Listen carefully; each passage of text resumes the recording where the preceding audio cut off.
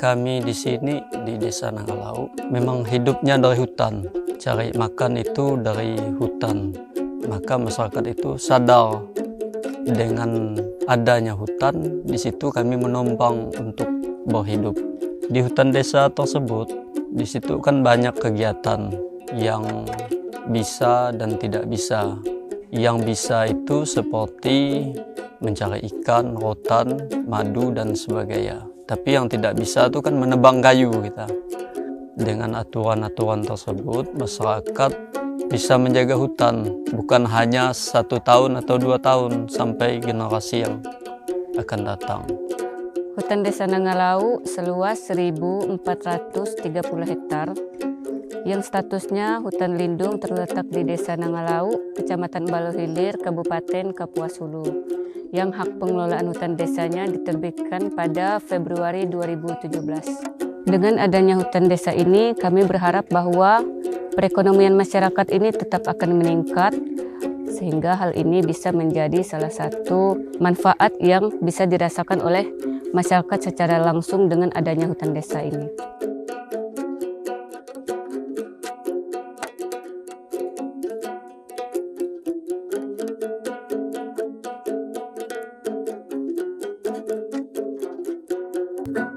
Sudah lepas jangan dikenang, sudah menjadi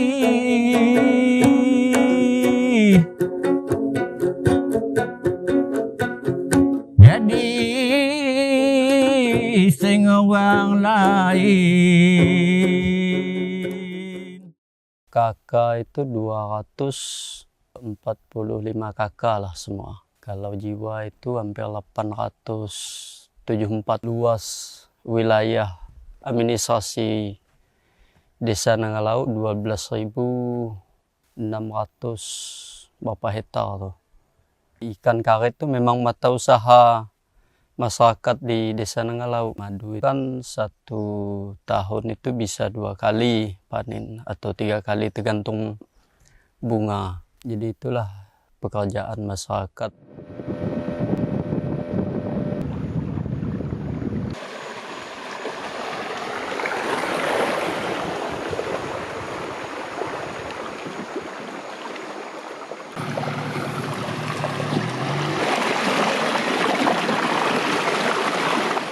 Hari ini saya cari bubu, lihat bubu yang di tan saya itu kemarin, hasilnya pun adalah sedikit buat lauk. Saya itu cari umpan ikan di sungai ini, memakai jala.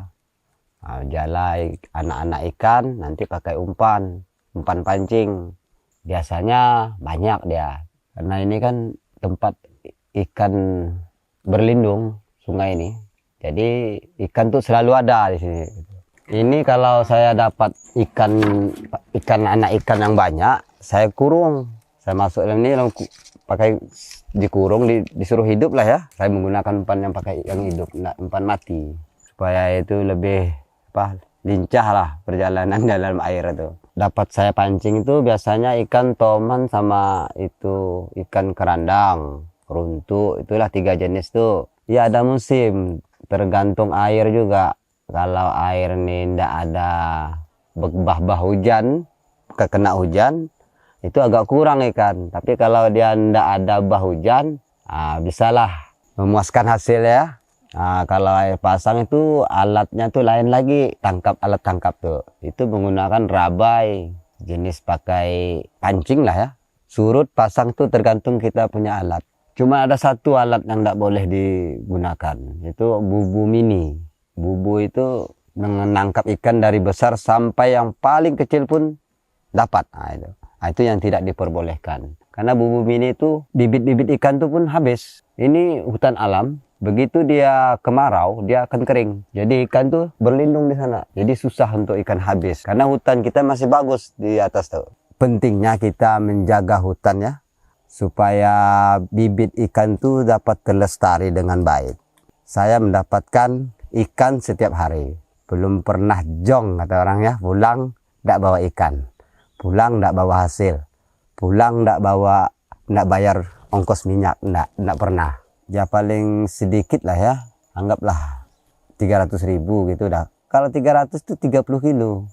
Tapi kalau ikannya toman kan agak mahal juga 20.000.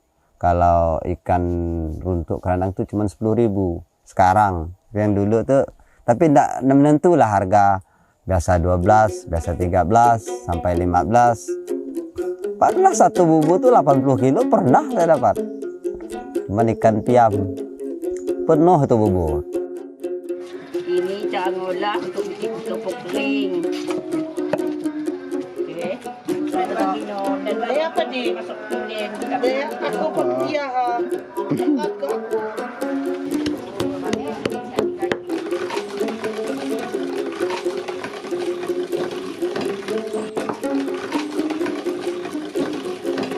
Yang kelada yang satu-satu juga.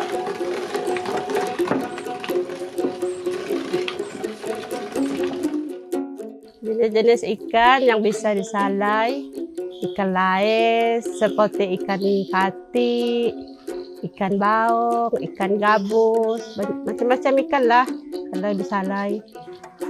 Waktu prosesan kita nyala itu kan seperti cari kayu bakar buat kita nyala ikan. Setelah ikan salai itu kan masak, baru kita bisa langsung dikonsumsi.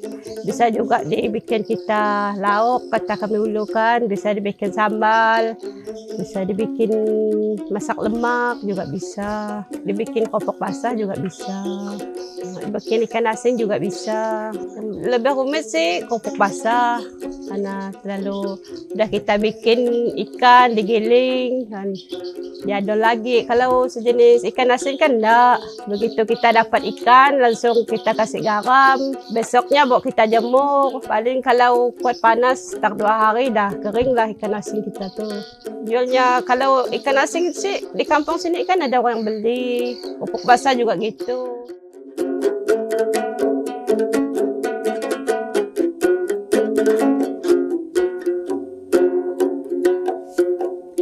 Desa sih sangat perlu dijaga kita kan supaya kedepannya kan kita mudah istilahkan cari ikan. Dan desa kan juga supaya warga di sini kan memelihara hutan desa kedepannya lebih baik lagi.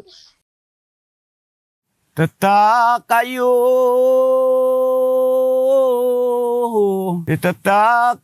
nalun tak kayu selama rubah. Ini darang nang kuang madu, pecalkan susu nalun dekat rumah.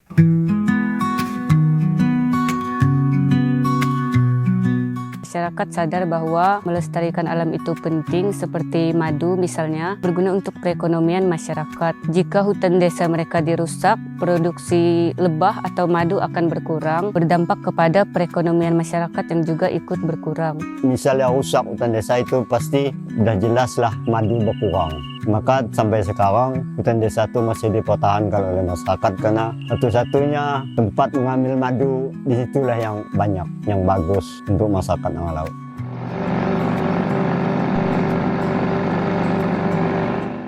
Kalau kita mau masang tikung, kita harus punya jalur dulu. Bersihkan jalur, harus dipilih kayu yang cukup rindang. Kalau yang agak jarang daun, itu nak berfungsi. Lebah nak suka dengan yang terlalu terang. Kalau jenis kayu untuk tikung tu rata-rata mudang lah yang dipakai. Minimal 2 meter, lebarnya sekitar 18 atau 15 cm lah. Harus kita persiapkan itu pisau untuk kita bersih tempat lokasi untuk kita masang tikung. Geraji sikin, tali, itu pasti. Kita tunggulah lebah tu datang. Tidak semua tikung diingat bunyi, nak. Itu ada yang disukai ya, ada yang nak. Kalau untuk panen raya, itu rata-rata minimalnya Januari Februari lah. Tapi kalau untuk yang kata kita di sini emporang, itu nak dimesti, nak ditentukan bulan tu. Biasa setahun 2 kali, 3 kali. Kalau untuk aku pribadi, per tahun itu diperkirakan sekitar 200 kilo.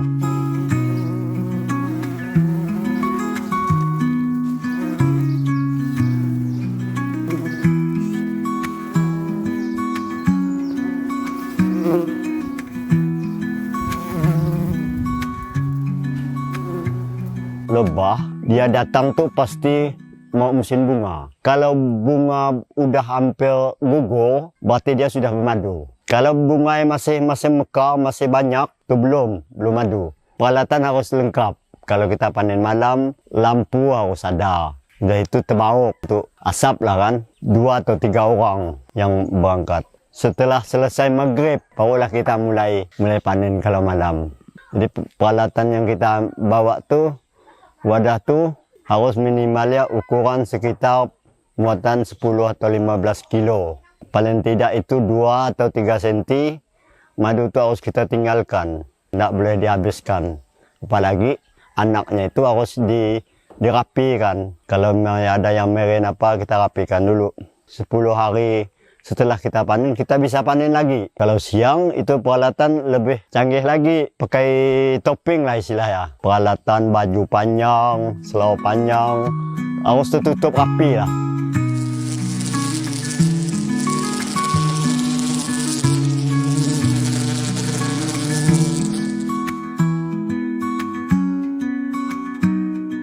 Tidak ada cara kalau untuk penanganan istilah ada sungat lebah tuh dibiarkan memang rata-rata semua gitu, dan nak terasa kalau lagi 10 kali sungat tuh biasa.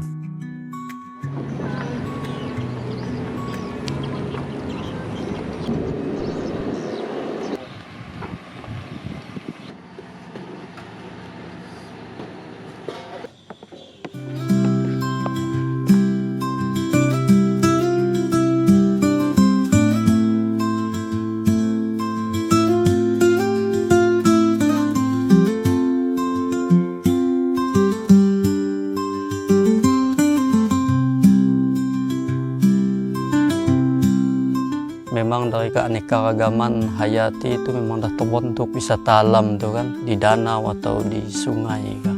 Ada tantangan sedikit masalah akses karena kita jauh dari kabupaten kota dan kecamatan. Semua pihak itu harus kerjasama, bukan hanya pemerintah desa mendukung. Kelompok wisata itu sendiri harus kuat kemauan untuk mengembangkan wisata tersebut. Di Desa Nangalau ini banyak pengalaman yang saya dapatkan, seperti cara membuat kerupuk basah, terus cara pengelolaan madu, proses pemasangan tikung, sama cara gimana sih orang di sini cari ikannya gitu. Selama mengikuti kegiatan dari desa ke danau, ada salah satu tim patroli yang mengajar kayak mendengar suara burung. Suara burungnya tuh dari jarak kita dengan suara burung itu berapa meter. Terus belajar cara mencatat besar dan ukuran pohon yang kami temui. Dan kami juga seperti main kano. Kami merasa senang dan bisa menghirup udara segar yang dimana setiap sebelah kanan, sebelah kiri, depan, belakang itu sepulnya pohon yang hijau.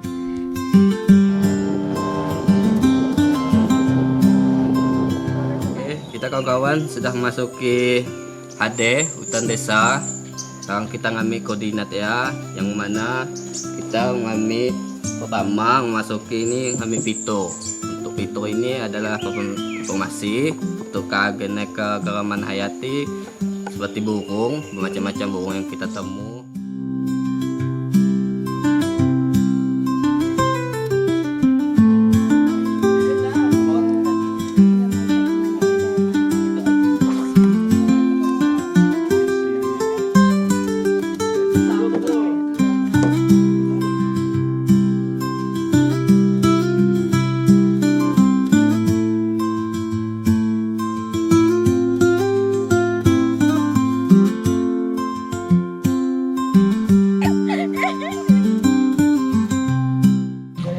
Sebenarnya ini kan jadi kayak pengalaman terbaru kita. Jadi ya lumayan lah, menyenangkan, terus bagus pemandangannya di sini. Luas danau tuh terasa udaranya sejuk dan tidak membosankan lah. Di Desa Nangalau ada 2 cara pembuatan madu. Yang pertama madu curah, yang kedua madu yang dibuang ke air. Ini cara pembuangan ke air. Kalau sebelum kita buang kadar air, petani jual ke tempat kita, kadar airnya masih 28%. Tapi setelah kita buang kadar air, maka menjadi 18-21%-nya. Sesuai SNI. Kita timbang dulu berapa kilo untuk kita buang kadar airnya. Baru kita lihat, ini caranya untuk melihat kadar airnya.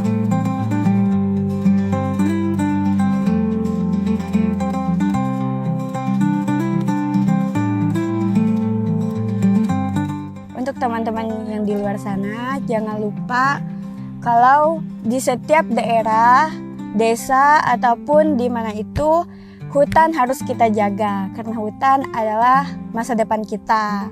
Dan hutan desa Nangalau ini salah satu contoh pelestarian yang sangat baik. Buat teman-teman, mulai dari sekarang kita harus menjaga lingkungan hutan dan melestarikan hutan. Karena menjaga hutan adalah masa depan kita. Semoga termasuk juga masyarakat sama-sama lah kita melindungi, menjaga hutan desa untuk masa depan. Kami berharap bahwa perekonomian masyarakat ini tetap akan meningkat. Semua yang ada di desa Nangalau seperti madu, ikan, rotan tetap terjaga dan juga tetap dirasakan hingga ke anak cucu. Boh kita melestarikan hutan desa di Nangalau. Masyarakat sejahtera dan hutan terjaga.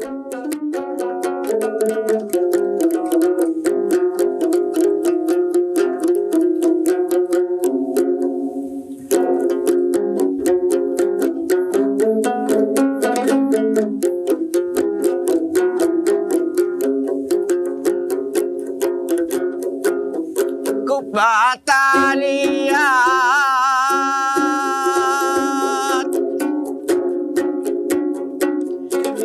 sayang teranyi ku pataliat nganang langan ta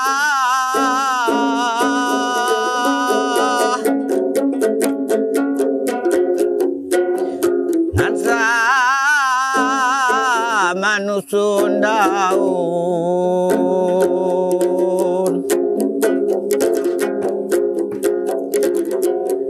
tidak sebagai niat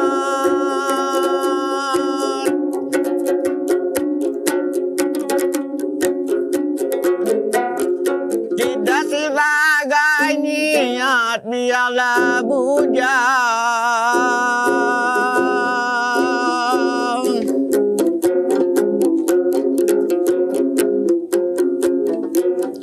bujang 1000 tahun